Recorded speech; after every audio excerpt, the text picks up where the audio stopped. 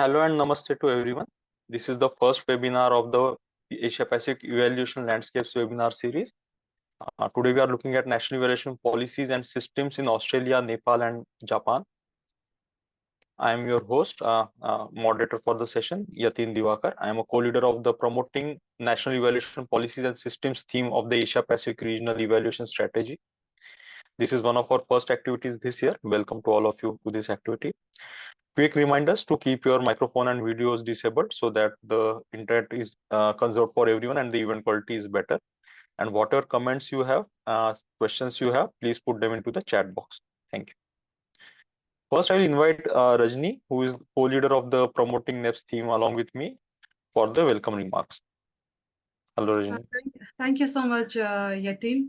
Good morning, good afternoon, good evening, distinguished speakers, esteemed colleagues, and all the participants across the Asia Pacific region. It is indeed really my honor to extend a warm welcome to each one of you as we inaugurate the NEPS webinar series 2024. As Yatin said, this is the first event of this year, and we're very excited about it. And yeah, as you know, this is organized by the theme group called Promoting National Evaluation Policy and System, NEPS, of the Asia Pacific Evaluation Association. Just to briefly let you know that NEPS group has been long committed to advancing the understanding of NEPS in our region through various initiatives. We've been, involved in documentation, organizing webinar series and webinars to showcase best practices, learn from each other, and also we've held annual dialogues for knowledge exchange. And I just want to highlight a fact that we have been collecting data of various countries across the region to see the status of NEPS and institutionalization of evaluation. So we worked on this data, updating the status, especially in the year 2021 and 22, and brought out a small short report.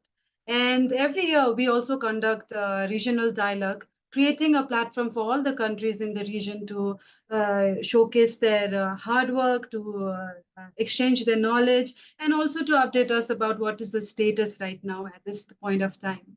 And last year, we had this opportunity to have in-person event in Manila, and each countries were given allocated like 5 minutes to share their experiences, their practices, their status in their particular countries. And but then we realized that 5 minutes is never too, never too enough, right? It's not enough at all. So we wanted to continue this dialogue. We wanted to continue this learning to and exchanging of the knowledge. And so at the same time, what happened was last year, uh, a book, very important book came out. And the name of the book is Institutionalization of Evaluation in Asia Pacific. And this book is very important for us, because as you know that Asia Pacific region is a very diverse, has a very diverse countries, right? And this particular book really provides a comprehensive examination of the evolution and institutionalization of the evaluation practice across the countries of the region. And it is very amazing to see that how this book is a very rich resource, because it is a collection of narratives, insights, and case studies, which was very interesting to see, and these narratives, insight, and case studies were from 11 countries of the region, and also it includes and also additionally two multilateral agencies. And really this book actually, through its in-depth documentation and analysis, the book sheds light on the challenges, successes, and lesson learned in the establishment and implementation of evaluation policies and system. So it is really a valuable resource for all of us. And in fact, for policymakers, for practitioners, for people in, different level, if you really want to understand the NEPS in the Asia Pacific. So this is the book, and we wanted to bring this book to you, and because we've noticed that not everyone has access to this book. not everyone also has the time to go through this book, and compare the countries and, derive the knowledge from there.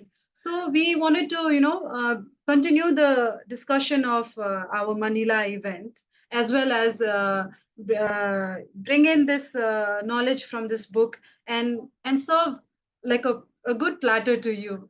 And so this webinar series is designed in such a way that, each chapter or each country gets to share their knowledge, their stories, their journey to us.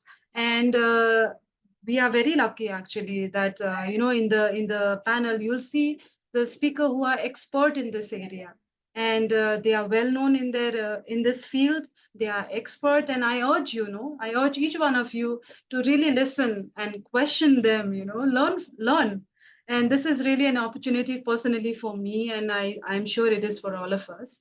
And I'm also very glad that Professor Stockman himself has agreed to kindly agreed to give us the summary of the context of those countries, and he'll give us the summary of the important comparison that was done and the learning to us. And uh, and today I can really say that this event today is actually we embark on a new chapter of this journey with the NEPS webinar series 2024. And we are bringing this webinar series. We have planned three webinars across, throughout 2024. And I'm really sure that this will give us the opportunity to foster cross learning, collaboration among evaluation practitioners in the region. And I really want to thank you once again to that you are here, and I really want to thank all the speakers that you have agreed to be part of us today. And I really want to open this series for you. Thank you so much. Thank you. Thank you, Rajni. What I'll do is I'll quickly introduce the speakers. So first we have Professor Brad Asbury, who is an associate professor of health systems and evaluations in University of Melbourne in Australia. He's also on editorial boards of different journals on evaluation. And I welcome you, Professor Brad. From Japan, we will have Professor Yoshida and Professor Kiko. Yoshida is current vice president of the Asia Pacific Evaluation Association, and Professor Kiko was the former vice president. Both have greatly contributed to the journey of APEA in the recent years. From Nepal, we will be having Dr. Ganpati Oza, who is the former chairman and current board of directors of Community of Evaluators South Asia, and Dr. Asela Kalugampetya of Center of Evaluation, University of Sri Jayawardenepura, Sri Lanka, also the former APEA president. We are glad to have you three as you four as our five as our speaker today for these three countries, and to discuss the presentations and to give us a summary and a broader overview. Professor Rina Stockman will be sharing his views with us. He is a professor of sociology at Saarland University and director of Center of Evaluation. I welcome all the speakers, and what I'll do is I'll stop sharing my screen so the speakers can share their screen. First, I invite Professor Brad to present the Australian case study. Great, thank you. And thank you for the introductions.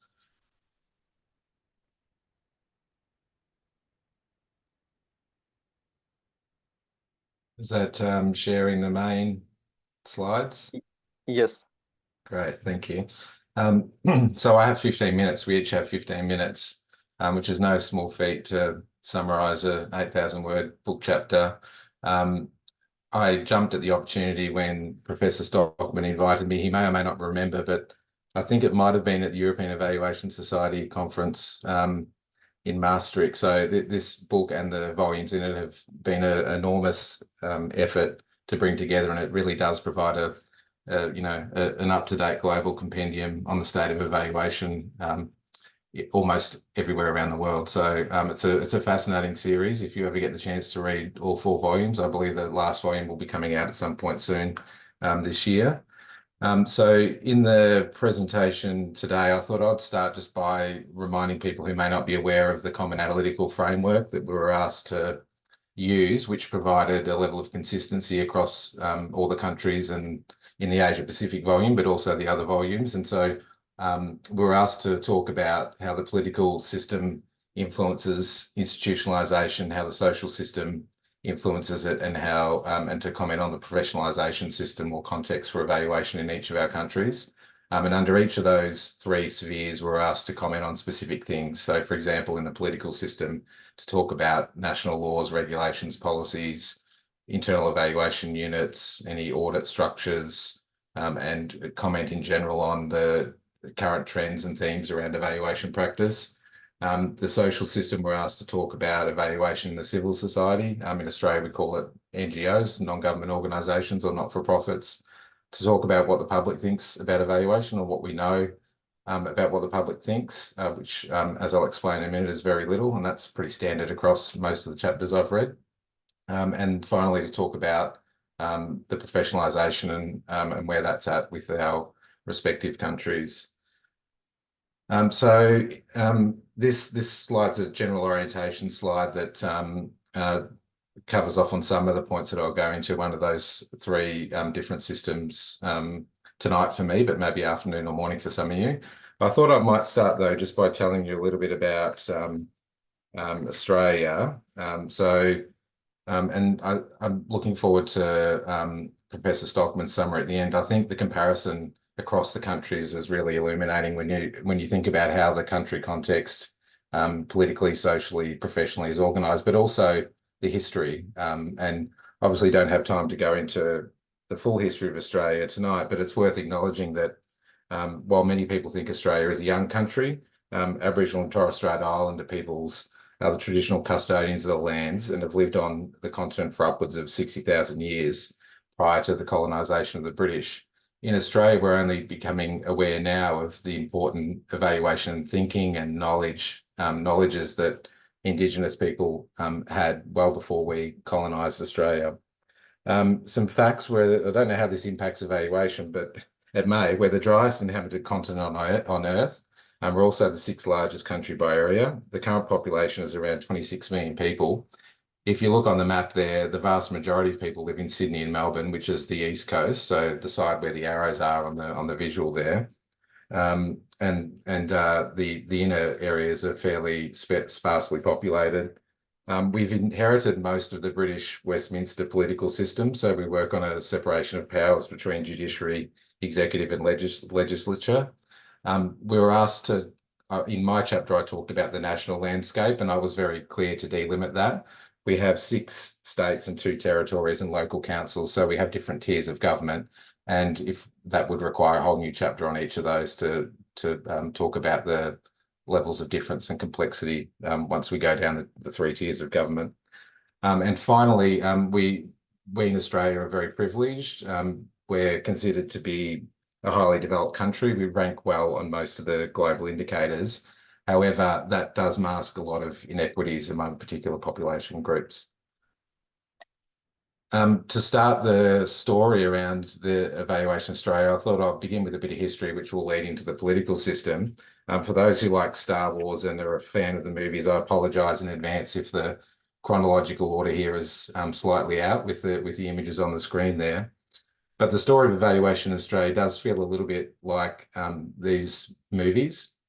And the story of Evaluation Australia does mirror quite closely the story of modern program evaluation in general, which we know began in the US to a large extent. So in the 1970s, what I've called the period of New Hope, there were 2 influential government inquiries that were produced shortly after each other, the Baum Report and the Coombs Report. And both of those inquiries noted the lack of formal evaluation of government policies and programs. So off the back of that, the evaluation force was awoken. The 1980s in Australia and many other parts of the Western world was a golden era for evaluation. We know that many of our theories and approaches were developed during that era, but also evaluation was quite strongly institutionalized in this period during Australia. So we had, under the new public management mantra, managing for results, we had systems in place for approval of agency evaluation plans. These were mandated requirements for programs to be evaluated, all programs, every 3 to 5 years. evaluation plans for all new policy proposals. All evaluation reports were published, so a high degree of transparency. And there was a fairly vibrant and emerging network of evaluation professionals in the government, the public service, with guides, training materials that met regularly. However, the empire struck back in the 1990s. A conservative, some would say right-wing government was elected, the Howard Liberal National Government, and they quite simply abolished all of those reforms to institutionalise evaluation. So we had a situation of fewer evaluations being produced, de-skilling of evaluation capability. And that continued for quite some time until the evaluation Jedi returned in the 2010s. And over the past decade or so, we've seen quite a lot of promising developments. I'll call it a little mini renaissance in the visibility and prominence of evaluation within the political landscape at the national level in Australia. So I won't bore you with all the legislation, but there's important acts here that have provided a level of embeddedness and sustainability to ensure that evaluation remains front of mind. There's been reviews of the success of this act and they're quite mixed. So I'm not saying that these have been a magic bullet for institutionalising evaluation, but they have been an important foundation for further work that's happened around developing a new Commonwealth evaluation policy and toolkit, which is available publicly online. And recently, and I'll talk about this and happy to answer any questions, we've had a new development with the launch of an Australian Centre for Evaluation, which sits in Department of Treasury and Finance. So in terms of the political space, I'd say we're doing moderately well, getting better, but it's still watch this space to see what happens with this new Australian Centre for Evaluation. In regards to the social dimension, this one was quite tricky to write about because there's very little research that's been conducted. We know in Australia that there are around 600,000 civil society organisations or not-for-profits. Only 51,000 of those are registered. There was some regulatory change that required more oversight and accountability for the civil society organisations. There's been some significant growth that's occurred here. So of those 51,000, the ones that we have data on, their revenue grew by 6.8%, and they have a total revenue of 1.66 billion. That's billion, not million. So we're talking about a very large sector in Australia that we know very little about in terms of their research, evaluation, audit, and other practices. What we do know, though, is that there is strong interest and commitment. I teach evaluation, and I know that many people who enroll in my courses are from this sector. So there's strong interest and will, but little capability and capacity at the moment. ECB, or evaluation capacity building, is a very strong influence and paradigm among the not-for-profit civil society organisations. We're also, I would say, competing or trying to complement this new wave of social impact measurement, which is proving to be quite an influential influential way of thinking about evaluation that's running through the not-for-profit sector at the moment, which does tend to have more of a focus on dashboards, monitoring metrics, hence the image there on the right.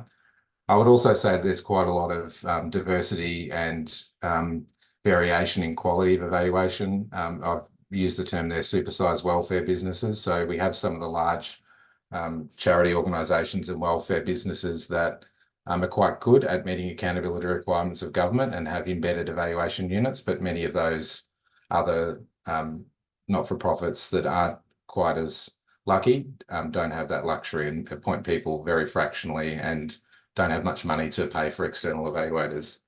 So that's the social dimension. I'll just very quickly touch on one of the sub-dimensions of the social dimension because it is quite interesting and I think an area ripe for a future PhD, really, looking across the chapters, is that very little is known about what the public thinks about evaluation. Many of you on this call would appreciate the challenge we all have when we're at dinner parties explaining our jobs. Most people in Australia confuse evaluators with social researchers, market researchers, management consultants, auditors, and we often have to explain what it is that we do. And I often don't use the word that I'm an evaluator because it can create confusion and it requires a bit of explaining. I think one of the other worrying trends for me, and there's a new book out at the moment on the post-truth and its implications for evaluation. I think that that's going to be a challenge for us. But there are also some promising developments around involving people with lived experience and consumers in evaluation and co-design. Lastly, the professionalisation of evaluation. We're doing quite strong here in Australia. We were one of the very first professional societies that emerged. The AES the AES was formed in 1987 off the back of the first conference in 1982. In the early 80s, there were 3 evaluation societies, the AES and the 2 US ones that merged later on to become the AEA. So Australia was there at ground zero in terms of forming a professional society. There are around 1,000 members, so quite healthy and functioning membership, although there is a bit of turnover in the membership. We don't have any system of accreditation or certification in Australia. There's no recognised formal quality standards, but we do have guidelines, codes of conduct, competency framework, Masters of Evaluation that's been around since the early 80s, and plenty of other opportunities from both private providers and elsewhere to engage in professional development and learning. We also have a journal and lots of different social special interest groups and opportunities for networking and platforms. So doing quite well on that front with the debate still raging around should we become a profession and what are the advantages and disadvantages of that. So lastly, I'll conclude with 2 general remarks about what I learnt in conducting the research and writing the book chapter, and then I'll close with 6 quick observations about the immediate future, or what I see as trends in the immediate landscape for evaluation in Australia, which may resonate with your particular countries and contexts. So firstly, what I learned is that there's no doubt that the political, social and professional systems, those 3 elements of institutionalisation that are covered in the book and which I've touched on in the presentation, do have a significant influence on the way that evaluation is framed, conducted and used. The second thing is that I've learned is that institutionalisation of evaluation or national evaluation policy systems is a process, it's not an event. And that if we take a broad historical view, if we look at the last 50 years, 60 years in Australia, it hasn't been a linear progression. There's been 2 steps forward, 1 step back, and the pendulum can swing back and forth, a bit like the struggle between the Empire and the Jedis in the Star Wars movies. So to conclude, and I'll only mention these, I don't have time to go into detail, but I'm quite optimistic, cautiously optimistic, that there's a level of revitalisation going on at the national level in Australia following that, the Empire striking back, those dark years in the 90s. I'm seeing a lot of opportunity and real growth in internal government evaluation units.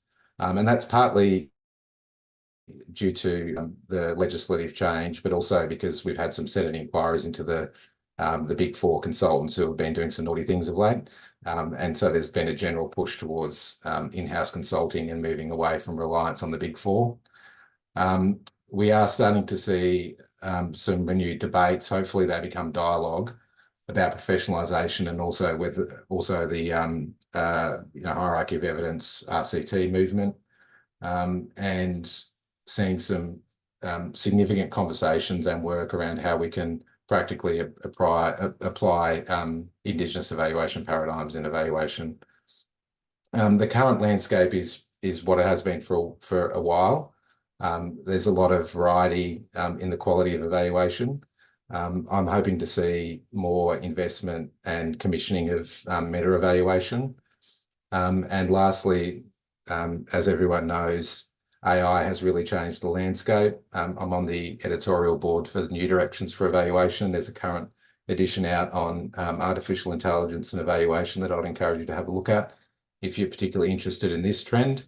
And that's certainly part of a lot of the conversations that's happening in Australia. So thank you for your interest. I'll pass over to the next speaker, but please feel free to ask questions in the discussion or reach out to me after the webinar if you'd like to find out more about evaluation in Australia. Thank you. Thank you, Brad. That was a nice, concise presentation. And with those connection to Star Wars, now I'm more likely to remember what has happened in history in Australia in the last many decades. Next, I request the Professor Kiko and Professor Yoko to present the Japanese case. Thank you. Okay, thank you. Can you hear me? Yes, can you go Okay. full screen? We can see the presentation, but Okay, just a moment. can you just try pressing Control L within that window once it was open? Okay, just a moment, please. Yeah. Okay.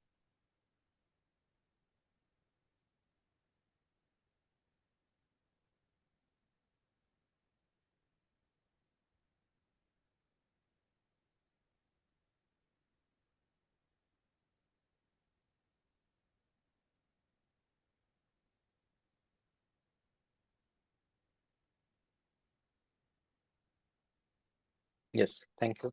Okay. Thank you, and thank you for waiting. I am Professor Keiko Nishino, and for the case of Japan, the Professor Yoko Ishida and myself will present the case of Japan. So then the outline. The contents of our presentation is 4 parts. The first, I will present the government policy evaluation, and then the ODA evaluation. And then Professor Yoko will speak about evaluation training and challenges. So let me start with the first part is the government policy evaluation. And just listening to the Australian case, I realized that the Japan's case is made perhaps about 20 years. We are following 20 years after the Australian case. And so, and especially in Japan, the evaluation is usually translated to hyoka in Japanese. And in Japan, if one says it is evaluated, it means it is positively evaluated. And on the other hand, if it is negatively evaluated, then one tends to use the phrase, it is criticized. This is all in Japanese. So therefore, there's some sort of allergy to be evaluated. That is in our culture. But in the 1990s, the need to improve the public sector management started in Japan. This is like the awakening of the forces in the Star Wars sense. And then both public and then the Japanese government felt there's something that we need to do something for the government and for the policy and for the performance of the government and also all the ODAs. This wave came always from the outside, and it doesn't come in from inside. It came from outside, especially for the ODA evaluation. It came from OECD, DAC. And for the government and the policy evaluation, it came from the new public management from the Western part. So the public and then also the Japanese Ministry of Foreign Affairs, as well as the many government officials started thinking that what can be done. And then the 1996, the administration reform started. Or the Administrative Reform Council was established and start discussing about it. And then around 1998, then the Management of Coordination Agency started preparing the National Policy Evaluation System. We call it Policy Evaluation System, but please remember that Japan, who has the power is the ministries and not the politicians, actually. The Diet has finally the sort of decision they can make the decisions. However, everything is prepared and made decided in the ministries. So if we say a policy evaluation, it is almost like the performance evaluation of the ministries. So please remember that kind of culture. And in 2001, the Koizumi cabinet, the then cabinets, approved the Basic Policy and Policy Evaluation Act. Then 2002, the Government Policy Evaluation Act was enforced. And then since then, like 2007, then ex-ante evaluation on regulations and so many other regulations introduced in Japan. Then this is the sort of systems, how the Japanese so-called policy evaluation is made and or performed. And so the main body is the Ministry of Internal Affairs and Communication, we call MIC, and then they will coordinate the policy evaluation. And who does evaluate the policies? It's all ministries, ministries and agencies. They will do mostly the self-evaluation. And then they do the reporting, and then the MIC will make the recommendations. Everything is disclosed on the webpage of each ministries and each agencies and so on. And then of course, the Ministry of Internal Affairs and Communications, they will consult with the so-called Policy Evaluation Council, and then they will advise the Prime Minister, and then they will report to the National Diet. But the challenges that the Professor Yoko will speak later, we don't know how the National Diet is using, or even the ministries who self-evaluated is using the reports or the results. That is our program. And then the next one, so this is the ministries, agencies, and the commissions. They all do the self-evaluation. So in Japan, it is called a policy evaluation. So it's almost like a performance evaluation, like from the cabinet office to the National Police Agency and the nuclear regulation agency authorities. They do the annual planning, doing evaluation. So the annual sort of cycle of plan to see. And we don't know whether they will feed back to the next planning. That is really the gray zone, and we really doubt they are using it. So, but they are really trying to evaluate their own performances. And then what they, the good thing is they started, it is not now, they have realized that they are doing evaluation for the sake of evaluation. So therefore, they start sort of revitalizing this sort of performance or the policy evaluation systems and mechanisms and reporting systems. And in 3 years, starting last year, and then they will be sort of coming to some conclusion next year. So this is the current status of Japanese policy evaluation. And then talking about ODA evaluation. So when the OECD DAC made some DAC 5 criteria, now it's 6 criteria. And then that time Ministry of Foreign Affairs also start thinking about they have to do something about ODA evaluation. So about the same time as the Japanese Policy Evaluations Act, then the Ministry of Foreign Affairs starts sort of organizing the discussions. And then nowadays, they have 3 levels, the policy level, program level, and project level. And I'm pretty sure that or you may be familiar with the project evaluation and program evaluation. And then, as you can see from this table, and Ministry of Foreign Affairs will be responsible for policy level. And then mainly the JICA, the Japan International Cooperation Agency, they are responsible for the program and then project level evaluations. So then the ODA evaluations, this is the sort of diagram of the Ministry of Foreign Affairs and JICA, and sometimes other ministries are involved in the policy formulation, project finding formulation, and the partner sort of implementation. and completion and operation management. And this is the evaluation part. And then they also, they will disclose the results on the website and then to the Japanese citizen and also partially to the partner countries.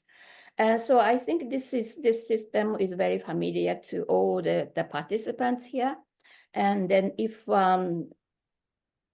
you are interested in knowing more about the Japanese ODA evaluation and also policy evaluation, we'll get back to you later. So then now the next one, no, I've just put the Professor Yoko Ishida will explain about evaluation trainings for the Japanese publics.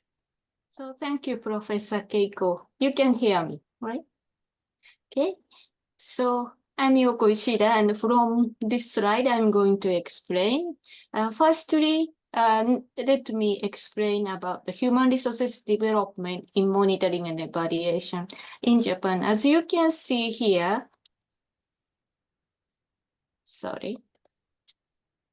As for the academic courses, there are no universities or graduate schools which specialize in evaluation in Japan. So evaluation-related training courses are provided as part of the academic or practical training of the subject area. There are some universities which organize some practical courses or some the academic courses in program evaluation, but it's very limited.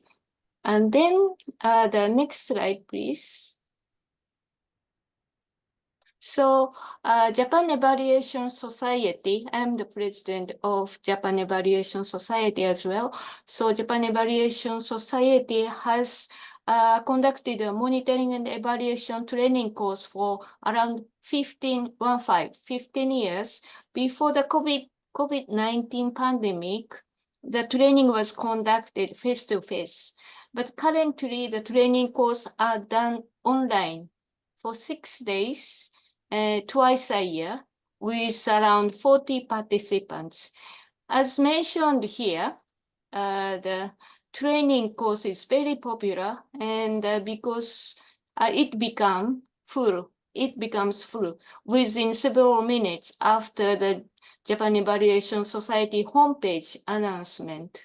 So the participation fee is, as you can see here, is not so cheap, but still the many people try to join it. The training contents are as you can see here, and the participants are the officers from ministries, local governments, donor agencies, staff members from civil societies and private companies, including consulting companies, banks, insurance, and auditing firms, etc. So nowadays, private companies are required to disclose their governance and social environment contribution to investors. Therefore, they are very much interested in evaluation. Then could you please, the next one? So now let me talk about the challenges. So this is the challenges for the promoting national evaluation system in Japan. The government policy evaluation system, as Professor Keiko already mentioned, started in the year 2001. However, it has lost substance.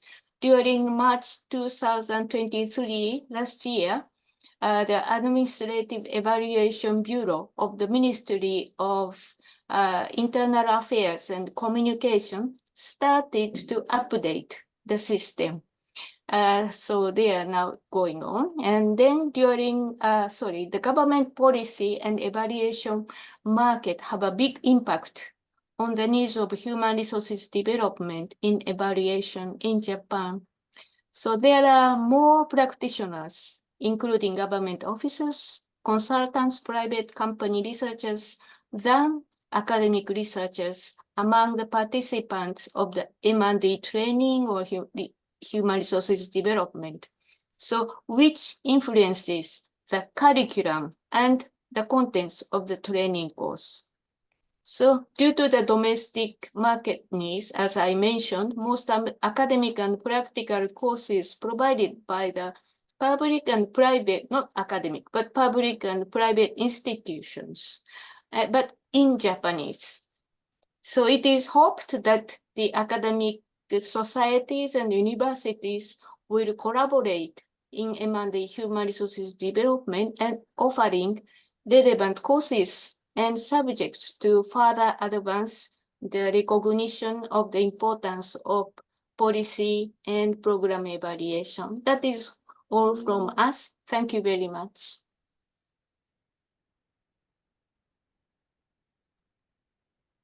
Thank you. That was a very succinct presentation. Now I request the team from Nepal, Dr. Asel and Dr. Ganpati, to take over and present the Nepali study. Thank you. Let me share the screen.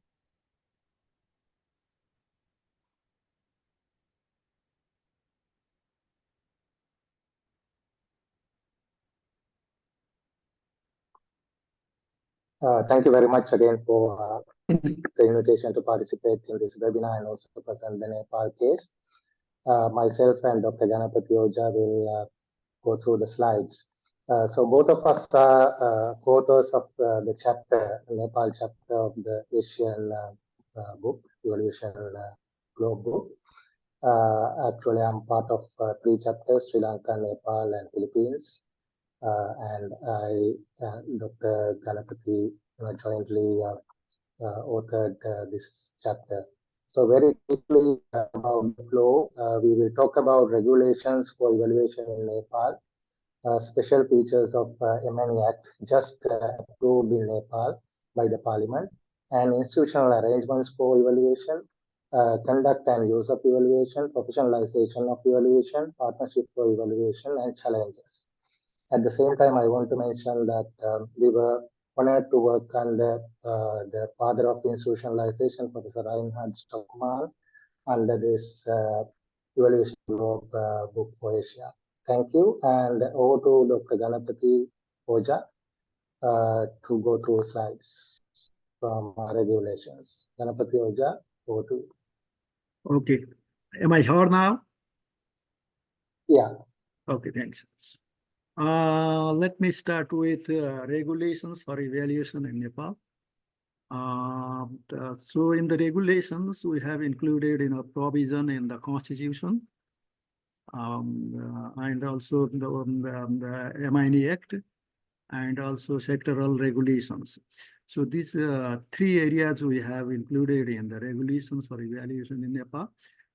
In the constitution, there are 2 main articles which are related to evaluation, Article 54 and Article 293. The first one, the Article the 54 is the evaluation of the directive principles, policies, obligations of the state. And the 293 article is about the evaluation of the constitutional bodies. And recently, just 1 month before, the MINE Act has come into existence in Nepal. And so about this, I'll go in more detail in the next slide. And also, there are some sectoral regulations regarding the MINE, for example, forest, education. In these sectors, there is a provision for MINE. And also we had Local Self-Governance Act, 1999, which also has mandatory arrangement for monitoring and evaluation of the projects implemented at the local level. Next, please.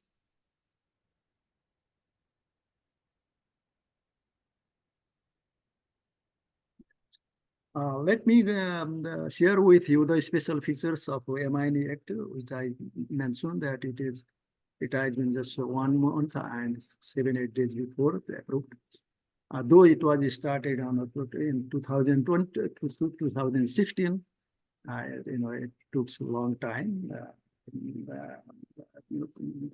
to get approved. So in this the act, there is provision for public audit, that any public funded project must have public audit, it must have social audit, it must have public hearing, and also this project should use the electronic media, so they are going for digitization. And also the act says something about the evaluators, those who are conducting the evaluation, and for them also there are some conditions that they should not accept any benefit from the project that is being evaluated, and they should avoid the conflict of interest, and they should behave respectfully, and they should be neutral. And also there is provision that to assess, to evaluate the performance of the staff, government officials, they should use the findings of the evaluation. There is one provision is like that, and there are some punishments. I have mentioned here 3 punishments. Those who do not conduct evaluation, monitoring and evaluation on time, and report to the concerned agencies, they will be punished. Also, please. Also,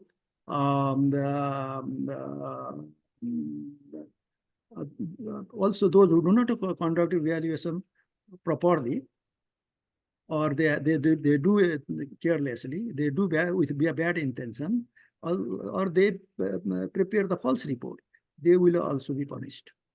And also those officials who do not implement the recommendation of the project, and because of non-implementing the recommendation of the project, the findings of the evaluation, if there is any loss to the project, that officials will also be punished.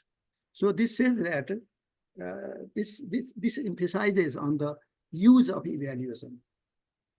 Next, please.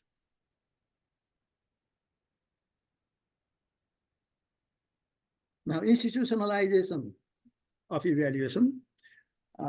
So there are several institutions involved in evaluation, including at the Office of Prime Minister and Cabinet Minister, there is a provision for MINE section. So, and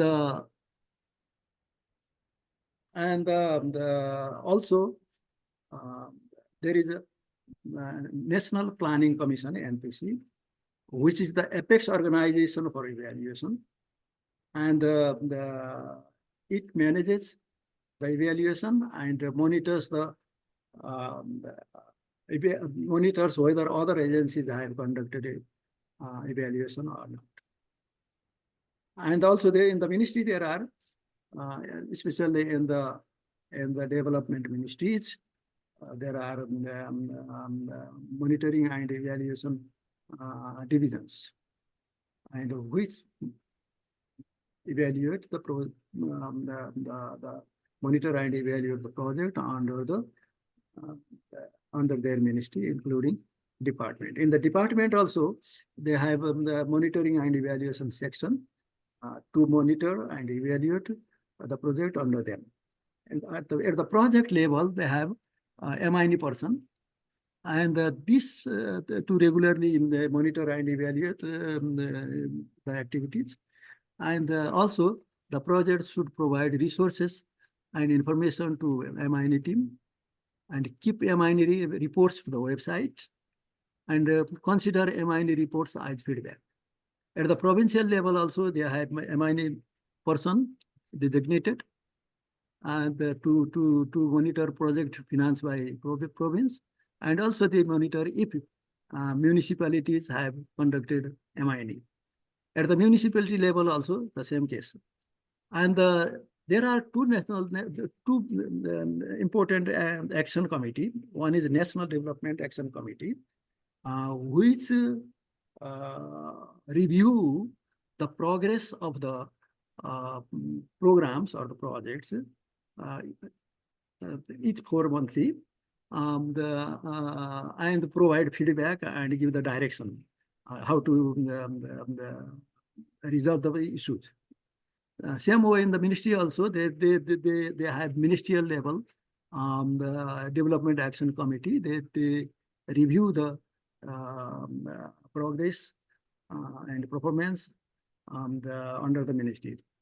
And at the project and regarding the civil society organizations, all projects are evaluated by the Social Welfare Council. Now I hand over this to Ashila for other slides. Thank you very much. So now let me talk about how to conduct evaluation and use. In Nepal, most importantly, there are National Monitoring and Evaluation Guidelines 2010, resource-based monitoring and evaluation guidelines, and then 2015 monitoring and evaluation guidelines national. So and also recently they published revised and most comprehensive national monitoring and evaluation guidelines for the new system. I must say these are very comprehensive. In any country, if national monitoring and evaluation guidelines are developed, definitely this can be a good source to go through and maybe a reference guide. So these guidelines especially provides provisions for ministries, departments to develop theory of change and logical framework analysis when developing projects, and also prepare annual work plan, and also projects funded through national budget must have monitoring and evaluation clearly mentioned. So these are very important aspects of the national monitoring and evaluation guidelines. But as in many countries, in practice, monitoring and evaluation is mostly limited to monitoring. Evaluation is conducted only for mega projects and foreign funded projects. I think this is observed in other countries as well, not only in Nepal. External and internal evaluations conducted 36 external and 10 internal evaluations, not many by the government. Now, Social Welfare Council evaluates all civil society organization projects, almost 100 annually.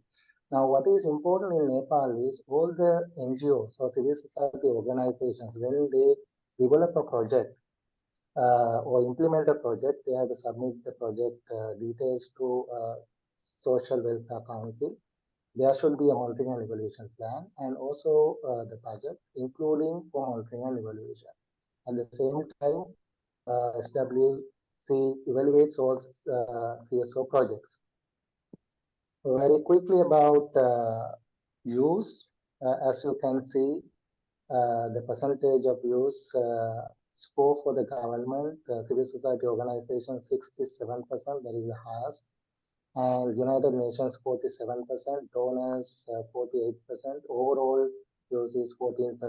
So you can see government use is even less than the overall percentage, but there is high rate by civil society organizations, UN agencies, and donor agencies. Now, all donor-funded projects, at least there should be 2 evaluations during the project period if it is longer than 3 years. And if it is less than 3 years, at least there should be 1 evaluation.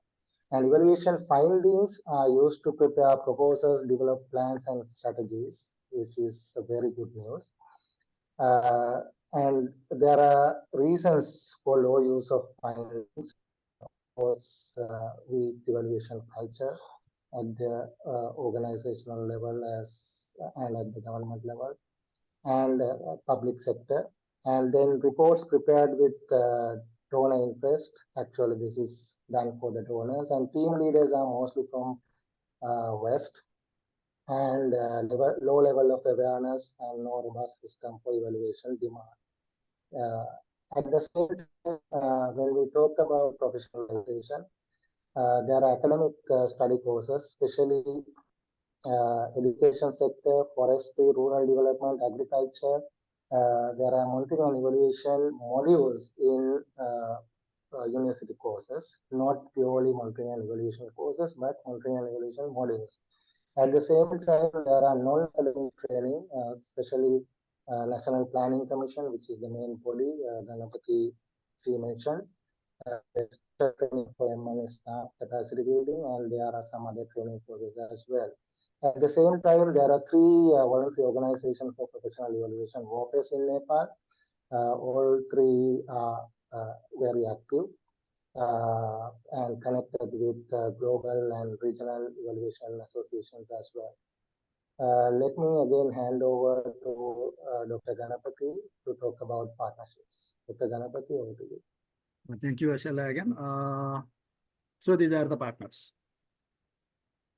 Parliamentarians, Forum for Policy Evaluation, government, of course, civil society organization, private sector, OPEs, donors, United Nations, academia, community of evaluators, South Asia, IOC well partners, and APEA. These are the stakeholders or partners of evaluation in Nepal, and they are working together in some of the issues. Now let me go to the result of the partnership. Because of the partnership, the evaluation conclave 2013 and 2015 were conducted, were made possible. The partners in this events were Community of Evaluators South Asia, and also the government of Nepal and the Parliamentary Forum for Evaluation. And another activity was culmination of the International Year of Evaluation in 2015, where the whole Nepal system was there, including the parliament, government, and the civil societies and private sectors, UN agencies, and also the support was from the Community of Evaluators South Asia, APEA, IOC. So because of this because of the partnership, this was also made possible. And in the constitution also, the good partnership was there of Bhopes with governments and parliamentarians. Because of that, the constitution was there to include evaluation in some of the articles. And also the good lobbying was done with the parliamentarians and also with the government for the MIN Act. Actually, I mentioned before that the act was initiated in 2016 with the with the support from different agencies, including OPEs, and the government drafted the MIN bill, and it circulated to different agencies, stakeholders, including OPEs, and they provided a feedback. And they incorporated the feedback and prepared the bill, and they came, they had to go in several ministries, including the Ministry of Law. And finally, they were able to submit to the National Assembly, and in the National Assembly also it took some time. And there was also good lobbying done. And also then it went to the House of Representatives. There are some committees, in the committee. They have to discuss every act, and they did it. And they are also there were several efforts made to convince the parliamentarians. And also we have we have integrated national evaluation action plan. The first one was in 2016, and 16 to 2020, and another one is that's ongoing. This is 2021 to 26, yeah. And so this the integrated national evaluation action plan, where every stakeholder has a role. They have the government. There is a government role. There is a parliamentarian's role. There is a role of the VOPs. There is a role of the universities. There is a role of the UN agencies. Yeah, so these action plan are prepared and they are reviewed. Whether this action plan are being brought into practice or not. So there is 3-monthly review, and also we were also able to do sustainable development goal workshop where the parliamentarians were there, and it was also inaugurated by the speakers of the house. And the governments was there, parliamentarians and VOPs and the UN agencies, donors, private sector, all over there. So these were these were the result of the partnership. Now, next, please. And the final challenge. This is the final slides. And can we wrap up? Pardon? Can we wrap up? Yeah, this is I'm going to wrap up. These are some of the challenges that evaluation units in all sectors are need technical enhancement in their capacity, and also demand for evaluation is still emerging. Of course, the monitoring is still predominant, and evaluation are conducted for large projects and projects funded by the foreign agencies, and the use of evaluation in the government sector is still very low, and the citizens' awareness and the use of evaluation is also low. And therefore, though there are good results of the partnership with different stakeholders, but there is need for continuing efforts to increase the ownership and the evaluation demand and use. Thank you.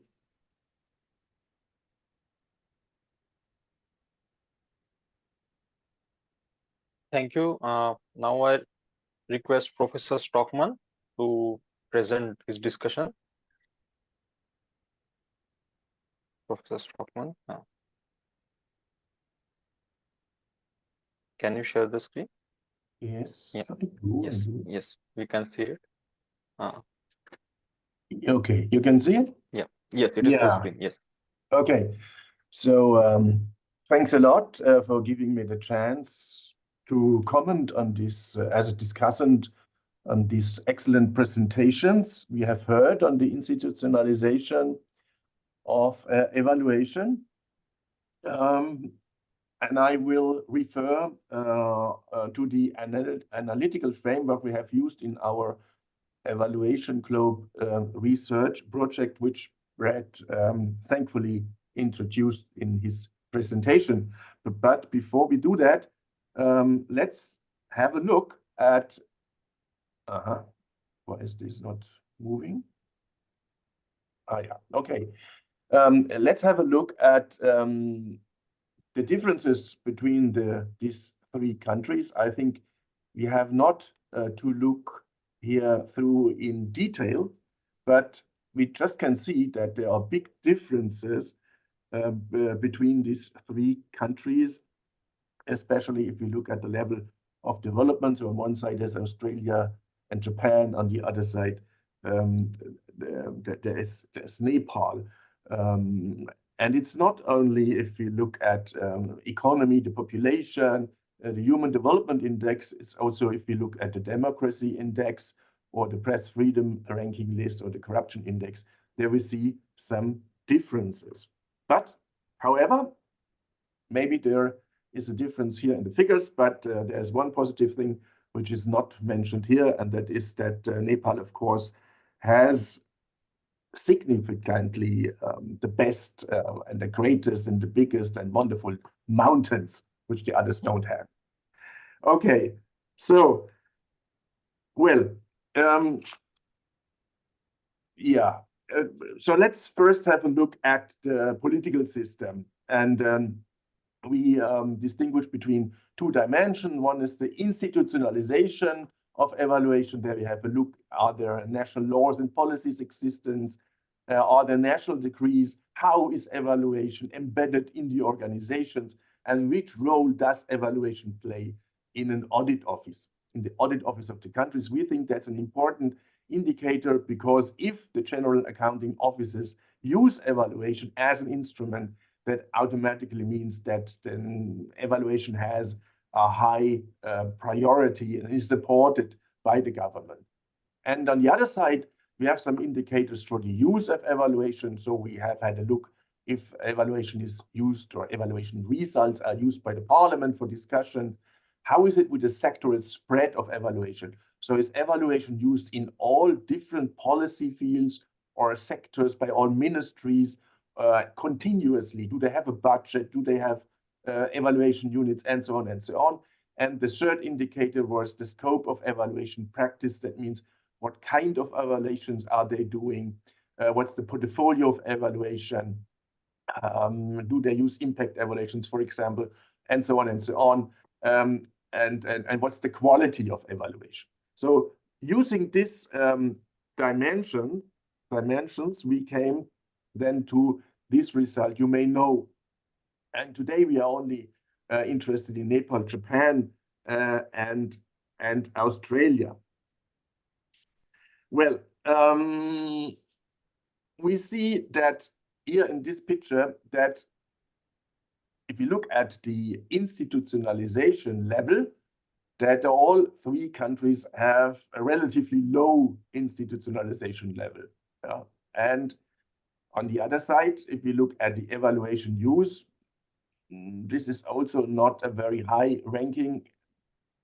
It's Nepal and Japan is quite low, and Australia is a little bit higher, but it's not really high ranked. So what we can see here, I think, is that on one side we have this picture. I will comment on this also in the concert with the others. But what's important is to look at the time. So these are the results of 2023 as we published our volume. But now today we have heard that in Nepal that the MNE Act was approved by the president on March 15, 2024.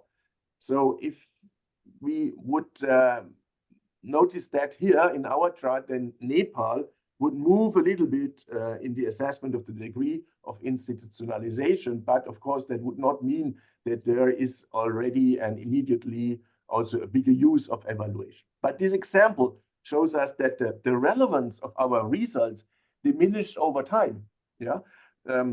So the comparisons can make only sense, yeah, if we continue, if they continue to be meaningful, if the cut-off date on which all case study reports were published is retained as the basis for comparison.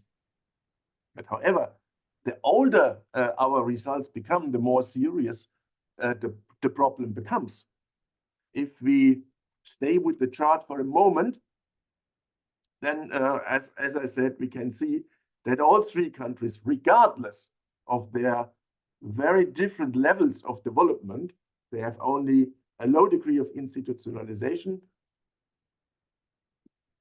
And as we have, or as we see, also a relatively low level of evaluation use. And this brings us to our hypothesis, because we thought that was at the beginning our research hypothesis: the higher the degree of institutionalization, the higher the use of evaluation results. And if you would have a look at the European picture and the Americas picture, this is more or less true. But here it does not work for our three countries. So they have a medium to low degree of institutionalization, but a different degree of use, from very low to at least middle. So it's a little bit against our hypothesis, but in defense of our hypothesis, we could say, however, it is also true that none of these countries shows a high degree of use. So say, okay, if there is some regulations in some countries, there is a better institutionalization of evaluation, there is a higher chance of a bigger use. But of course, that is not sufficient. Even if countries do not have a high degree of institutionalization, there could be some use. But what's also true is, in countries where there is no institutionalization or a very low level of institutionalization, then usually there is also no use of evaluation. Okay, so that's the international, let's say, the international picture. If we have a look at the use of evaluation in the social system, then we must say, and that is for me really a very, very astonishing result, if we think at all the differences between the continents, between the countries, their level of development, their population, their political system, whatever we can think of. This is true for our three countries, and it is true for all the others we have investigated.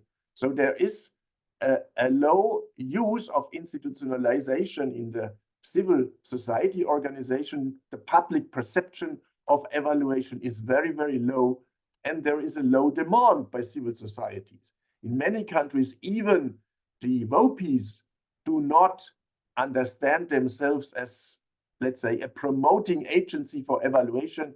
They understand much more as a scientific or professional organization talking about methodology, the theories of evaluation, approaches, experiences, and things like that, but not as a lobbyist for evaluation, a promoter for evaluation in the society. And that is true more or less for all countries all over the world. Well, if you look at the professionalization, and then here we compare only the three countries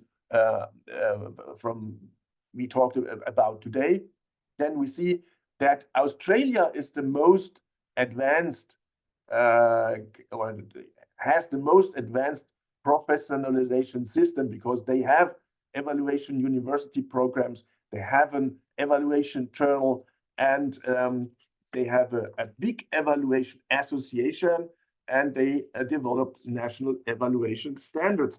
If you compare that with the inhabitants, so Australia has 26 million, and 1,000 people in the evaluation association. Japan, for example, has 125 million inhabitants, but only 500 people in the evaluation association. Just to give you a rough figure, what does this mean, right? And then if you look at Japan, they have two evaluation journals. And if you look at Japan, then we see there's only a newsletter, there's no own journal. And they have only 100 people, 100 members in evaluation associations, but therefore they have 3 VOPs.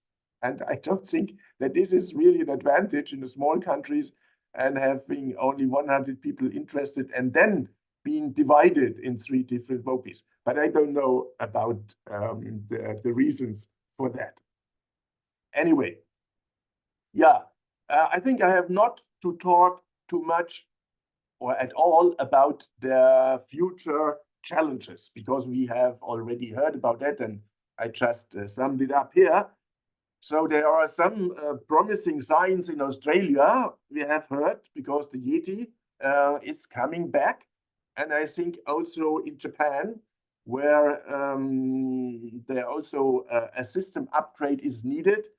The YETI should be of some help, and of course also in Nepal, the YETI Knight with his light evaluation sword could be of some help to improve the evaluation or the institutionalization of evaluation in these countries.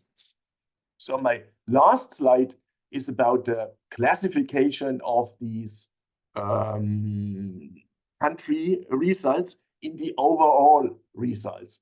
And there we can see there is also not a big difference to the global perspective, because in all countries, evaluation is policy driven. So the political system determines the demand and the evaluation topics. I think this is very interesting if you look in the history of evaluation in the different countries, that not only the budget, the institutionalization of evaluation, but also the evaluation topics are determined by the political system. Sometimes they're more interested in efficiency, in financial aspects, and otherwise nowadays we all know we talk much more about impact and sustainability. Well, of course, civil society is not at all a driver of evaluation, and also the use of evaluation by themselves in civil society organization is very low. And what's interesting is that the professionalization and institutionalization of and use of evaluation, they are decoupled. Because if you look at Australia, for example, with a very, very advanced professionalization system in evaluation, there is only a little or a low level of institutionalization, and at least only a middle ranking if you look at the use of evaluation. So this is, I think, also a very interesting research question. Why is that? Because usually you would think if there is a demand for evaluation, at least by the government, then also there will be a development of the professionalization of the offers, academic ones, and so on and so on. But it's not like that. Yeah, and this is about the, you see here, just to mark it very simple, if we look at the professionalization, institutionalization, and use, to see that these dimensions are really decoupled. Okay, thanks. That was my short summary and my attempt to classify the country results of Australia, Japan, and Nepal into the overall results of our Evaluation Globe project. Thanks. Thank you, Professor Stockman. And so we will have some question and answers. A lot of questions have been posted on the chat today. So I'm very happy that our audience has been very engaging, has been interested in asking lots of questions. Many of those questions, especially from Australia and Nepal, and Japan, have already been addressed on the chat. There are some questions that I would like to take up here. So one question that I tried to write down all the questions which were asked. So first I'll take up questions related to Nepal. So there are questions about how do the punishments actually work? What are the punishments set up in the M&D Act? Brad and Simona asked about it, and there is currently a low level of use of evaluation. How will it change with the Act? So that is something we would like to understand.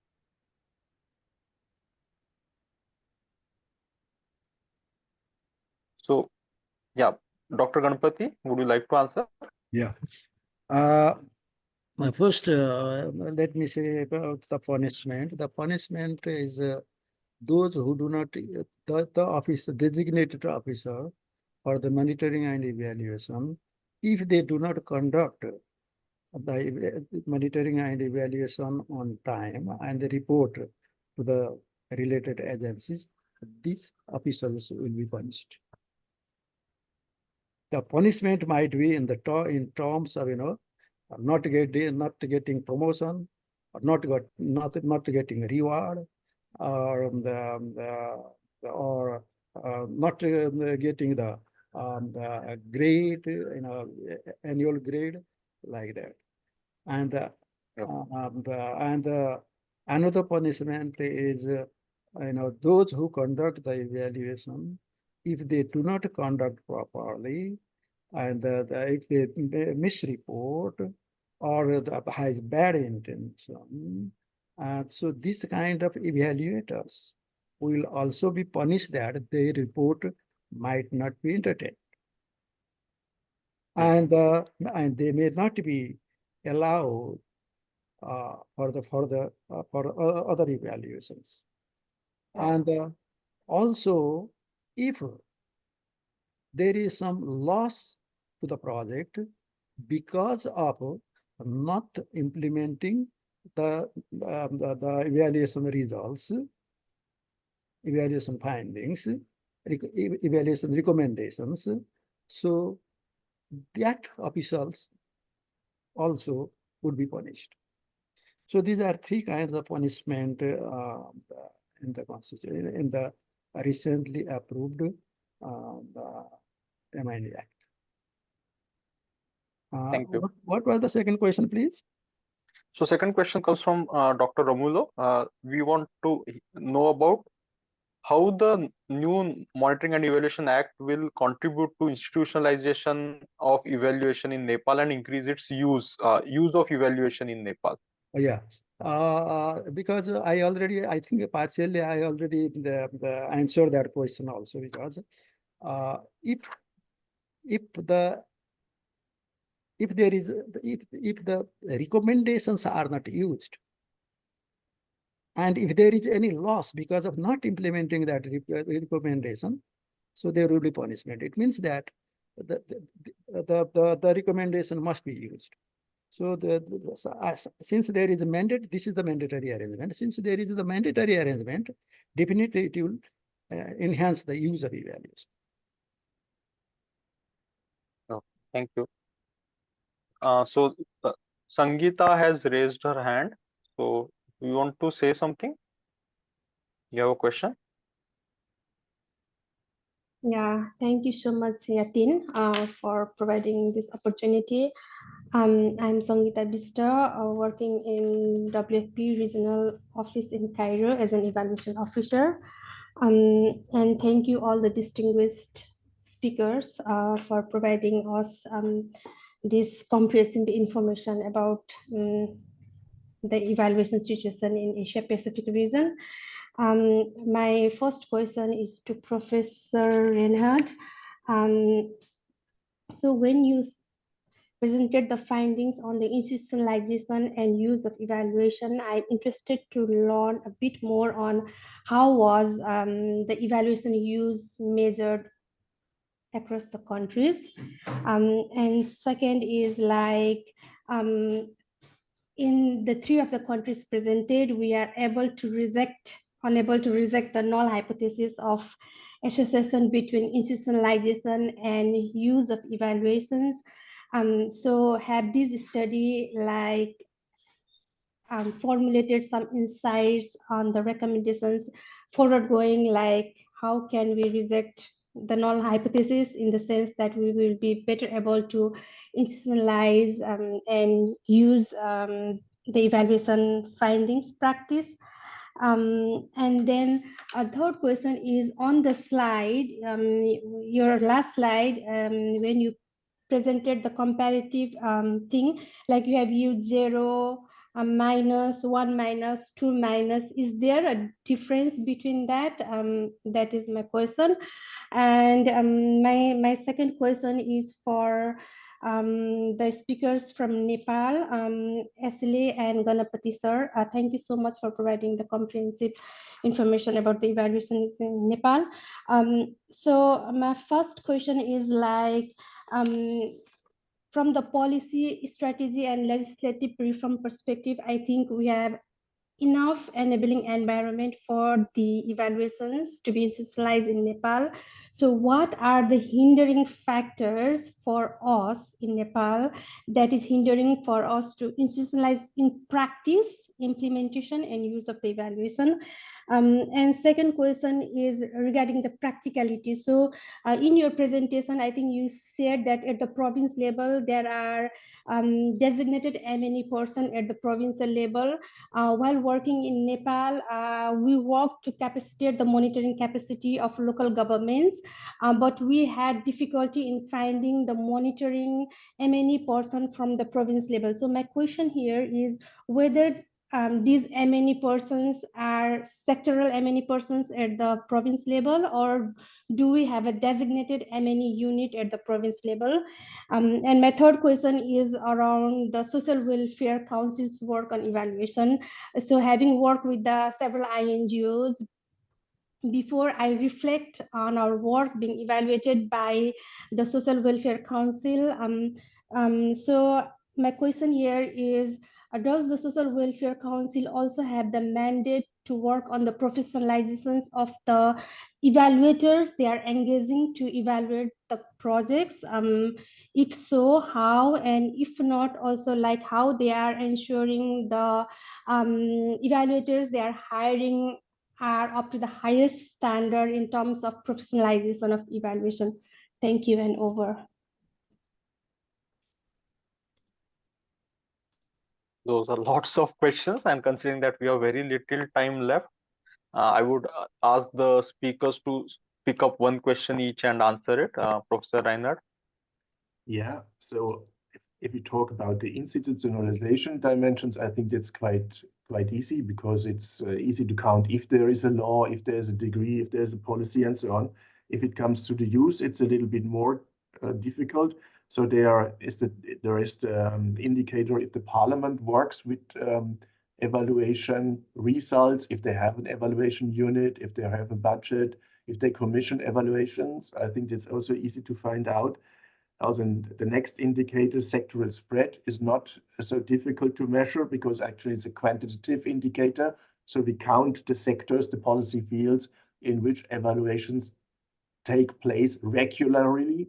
And the scope of the evaluation practice is a qualitative indicator, and is a little bit more difficult to measure, because then it comes to issues like how often is evaluation used, which forms, which types of evaluation they use. Is it only process evaluation, or are summative evaluations, and so on and so on. So a lot of factors come in here. And so it's more a qualitative indicator. But altogether, I think it gives us a good picture if evaluation is used in the political system or not. Thank you, Dr. Stockman. Dr. Asela, do you want to answer? Yeah, very quickly, I want to mention, I know that time is very short, about the demand for evaluation, because now this particular framework, evaluation globe framework, has three main dimensions. One is political aspect, and second is social dimension, and third is professionalization. Now, in all the regions, Americas, Europe, Asia, and Africa is coming up. The weakest area is the citizen participation or social aspect. Whether citizens understand evaluation, whether they are aware of evaluation, whether they demand evaluation, whether they use evaluation for decision making, even like elections. So I think this is one part we have to think about it. And I invite everyone to go through the framework and try to understand these components, which is very important when we are working on national evaluation capacity development. I stop here. Thank you. Thank you. So there have been queries to us about the book. So here you can see the book is available online, and you can get 20% off on the book using this code. The code will be sent to you all with the recording of the event, which will be shared on email soon. Or you can just take a quick screenshot of this screen right now, and if you are in a hurry to order it, go ahead and order the book. Now I request Mohib to let's have a group picture first of all our participants, since some people have started to leave. Madhuka, will you coordinate the picture taking? I'm stopping sharing for now. Yeah, our team will take the photo, and we are requesting all the participants to open your camera if possible. We will wait a few more seconds. Great to see everyone joining from different places.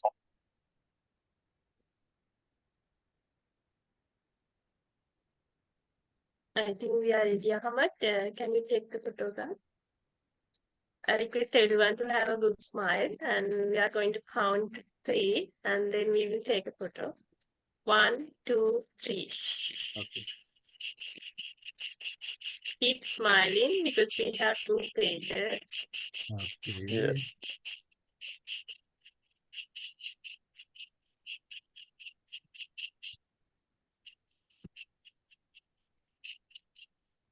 Ahmed, please let us know if you are done.